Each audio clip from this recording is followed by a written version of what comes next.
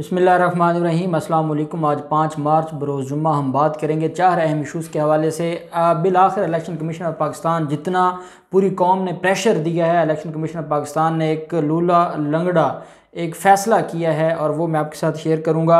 साथ हम बात करेंगे पीडीएम ने कल के इजलास के हवाले से अपना फ़ैसला सुना दिया है और वो डर गए हैं और वो खौफज़दा हैं और वो जो इजलास है, इजलास से 18 घंटे पहले ही उनकी जो औकात है वो नज़र आ गई है। वो डिटेल्स भी मैं आपके साथ शेयर करूंगा। साथ हम बात करेंगे मरियम नवाज़ के हवाले से। मरियम नवाज़ ने आज जिस तरीके से दोबारा इदारों के ऊपर हमला किया है और वज़ीर आज़म इमरान खान के बारे में जो बातें की हैं और अपने आप को वो बात कि जब वो ये कहती हैं कि हमने टिकट का लालच दिया है और टिकट का लालच देने के बाद हमने जो लोगों से वोट ख़रीदे हैं, इस बात पर जो कानूनदानों की राय है कि क्या मरियम नवाज़ पहले 10 साल के लिए नाअहल वो पहले हो चुकी हैं, उस केस में 5 साल के लिए नाअहल हो चुकी हैं क्योंकि वो सज़ा याफ्ता हैं और अब मज़ीद जो है वो ताहयात नाअहली की तरफ मामला चला जाएगा क्योंकि उन्होंने कन्फेशन किया है, इकबाल जुर्म किया है। वो डिटेल्स भी मैं आपके साथ शेयर करूंगा। पहले मैं आपको ये बताता चलूं कि पाकिस्तान डेमोक्रेटिक मूवमेंट पीडीएम ने, जिनके सरबराह मौलाना फजलुर रहमान हैं, जो अपना हिस्सा वसूल करके कहीं साइड पर हैं और वो बस नाम के अब सरबराह रह गए हैं, प्रैक्टिकली अब उनका कोई किरदार नहीं रहा और वो इन दिनों में इतने क्रूशल दिन हैं और बिलावल जरदारी, आसिफ जरदारी, मरियम नवाज़ सारे लोग इस्लामाबाद हैं और मौलाना फजलुर रहमान सक्खर हैं और आज भी उन्होंने सक्खर से प्रेस कॉन्फ्रेंस की है। तो वो या वो अपना हिस्सा वसूल कर चुके हैं या उनको वो जो हासिल करना चाहते थे नवाज़ शरीफ की तरह, जो उनके जो वो जिस तरीके से मुल्क को अदम इस्तेहकाम की तरफ लेकर जाना चाहते थे, तो वो उस मामले में कामयाब ना हो सके, जिसकी वजह से या वो पीछे हुए हैं या उनको अपने मदरसों की जो फ़िक्र लाहक हो गई, फ़ॉरेन फंडिंग की फ़िक्र लाहक हो गई, करप्शन केसेस की फ़िक्र लाहक हो गई और वो इस वजह से डर कर सहमे हुए हैं और भाग गए हैं। मामला कुछ भी हो सकता है। अब पीडीएम ने यह फैसला किया है कि कल वज़ीर आज़म पाकिस्तान ने जो बड़ा एक दलेराना फ़ैसला किया है और वो है वोट ऑफ कॉन्फिडेंस का, और वोट ऑफ कॉन्फिडेंस की डिटेल्स कि उसका प्रोसेस क्या है और वज़ीर आज़म ने यह फ़ैसला क्यों किया, जो लोग ये कहते हैं कि ये गैर आइनी है वो कैसे गलत कह रहे हैं, और वो जो घंटियाँ बजाने का कंसेप्ट है और वो पूरा प्रोसेस, उसके ऊपर मैंने एक वीडियो की है, एक वीलॉग किया है, वो मैंने अपने डिस्क्रिप्शन में भी उसका लिंक लगाया है और कम्युनिटी में भी उसको शेयर किया। वो आप ज़रूर सुनिएगा ताकि पता चले कि वोट ऑफ कॉन्फिडेंस है क्या और पाकिस्तान की तारीख़ में किसने जो ये बहादरी का काम किया है और ये इतना बड़ा वॉलंटरली या रज़ाकराना तौर पर यह फ़ैसला लिया है। पाकिस्तान डेमोक्रेटिक मूवमेंट ने यह फ़ैसला किया है कि वो कल के इजलास में शरीक नहीं होंगे। वो क्यों नहीं कल के इजलास में शरीक होंगे? क्योंकि उनको अपनी औकात नज़र आ गई है। उन्होंने जहाँ तक उन्होंने पैसा लगाया था वहाँ तक तो वो हो गए कामयाब। जैसे उनका पैसा जहाँ पर रुका उसके बाद उसी दिन नज़र आ गया, उसी छत के नीचे नज़र आ गया कि वज़ीर आज़म इमरान खान के हवाले से तो जो अराकीन है उनको अदम इत्माद नहीं है, वो तो सिर्फ लालच में आके ज़मीर फरोशी की और उन्होंने पैसे लेकर यूसुफ रज़ा गिलानी को वोट दिए। तो वो तो उसी दिन पता चल गया था कि वो ना कोई पीडीएम का बयानिया है, ना वो कोई पीडीएम के खैर खा हैं, ना कि वज़ीर आज़म इमरान खान से उनको कोई तकलीफ़ है। वो पैसे के लालच में आ गए और जहाँ पैसा मिला वहाँ 164 वोट मिले पीटीआई को, जहाँ पैसा नहीं मिला वहाँ 174 वोट मिले।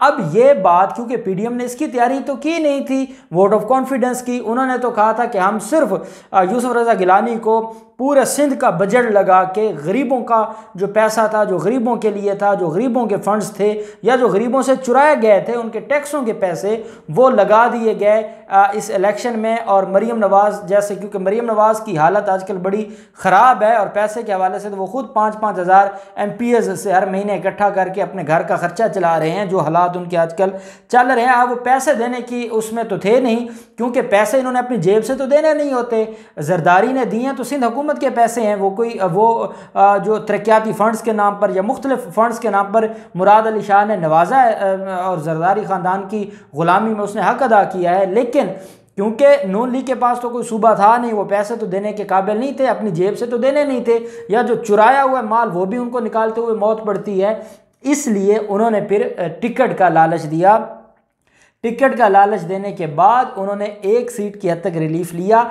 अब उनको पता था कि Imran Khan vote of confidence में कामयाब होगा, और जब Imran Khan vote of confidence में कामयाब होगा, इन्होंने इसलिए ये सारा कुछ किया था कि हम अगले 6 महीने इसी को चलाएंगे कि देखें वोट ऑफ नो कॉन्फिडेंस हो गया है इमरान खान के ख़िलाफ़ सारी चीज़ें सामने आ गई हैं, उनके अपने लोगों ने उनको मुस्तरद कर दिया है।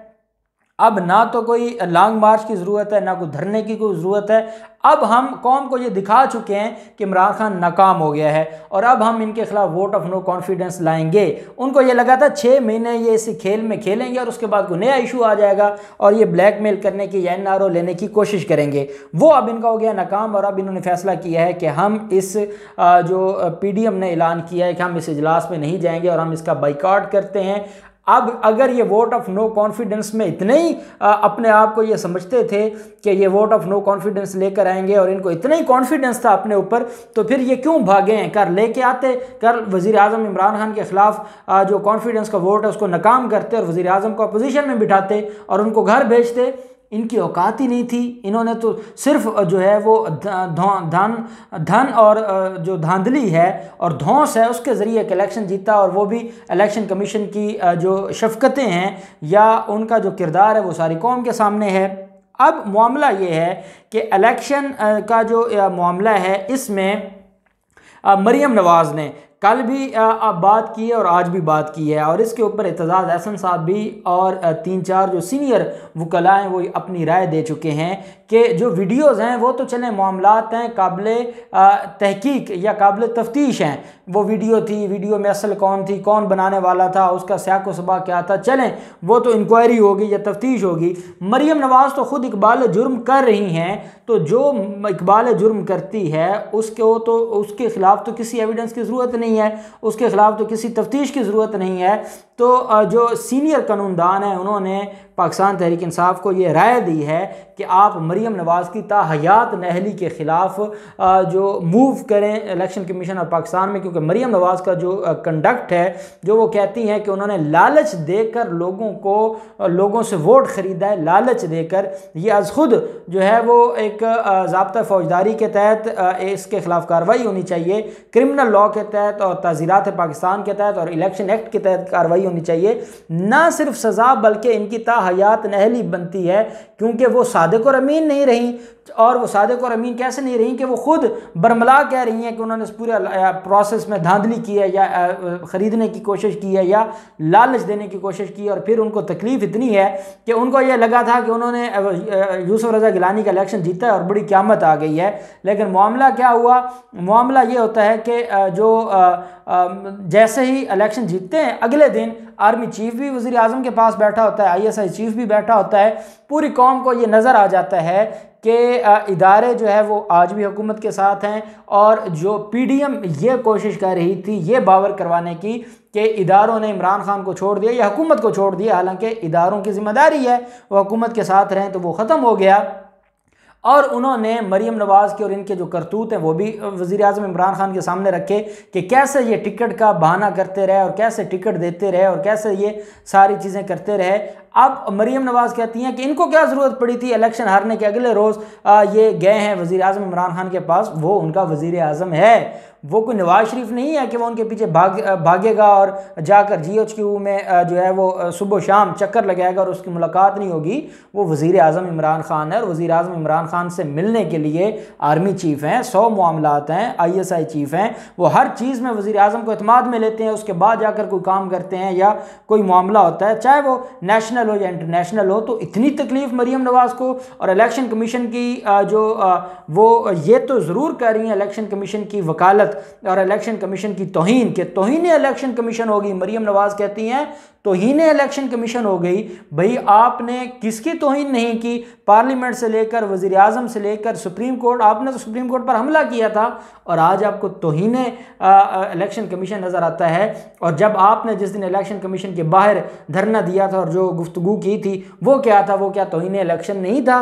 वो कौन सा आप वहाँ पर गए थे इलेक्शन कमीशन को हार पहनाने के लिए? मामला ये है कि अब इलेक्शन कमीशन ऑफ पाकिस्तान ने भी फैसला कर लिया है, इलेक्शन कमीशन ऑफ पाकिस्तान के पास कोई ऑप्शन नहीं है सिवाय ये कि वो यूसुफ रज़ा गिलानी का जो मामला है ये इंक्वायरी शुरू की जाए और इसका जो पंडोरा बॉक्स है वो खोला जाए, क्योंकि जब तक यूसुफ रज़ा गिलानी का मामला सामने नहीं आएगा, आज वज़ीर आज़म ने पार्लिमानी कमेटी के इजलास में ये कहा है कि जिस तरीके से मामला चल रहा है अपोजिशन अपने चेहरों से गद्दार लगते हैं। वज़ीर आज़म इमरान खान, अब उनका ये कहना है, मैं नहीं कह रहा, इमरान खान कहते हैं कि अपोजिशन वाले अपने चेहरों से गद्दार लगते हैं। और बाकी भी उन्होंने बड़ी बातें की और बड़ी कामयाब आज उनका इजलास भी हुआ है और इलेक्शन कमीशन को भी उन्होंने पैगाम पहुंचाया है और इलेक्शन कमीशन ने ये फैसला कर लिया है कि वो जितने भी उनके खिलाफ पेंडिंग मामलात हैं उनमें अब उनको समाअत के लिए मुकर्रर किया जाएगा और उनके ऊपर समाअत करके उन मामलात को वाइंड अप किया जाएगा।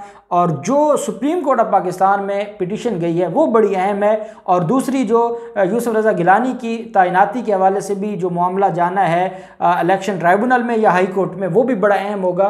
तो उन सारे मामलात के हवाले से जो भी डिटेल्स होंगी हम आपके साथ शेयर करते रहेंगे। अल्लाह पाक पाकिस्तान कामयाब नासिर हो। बहुत शुक्रिया। अल्लाह हाफिज़। पाकिस्तान जिंदाबाद।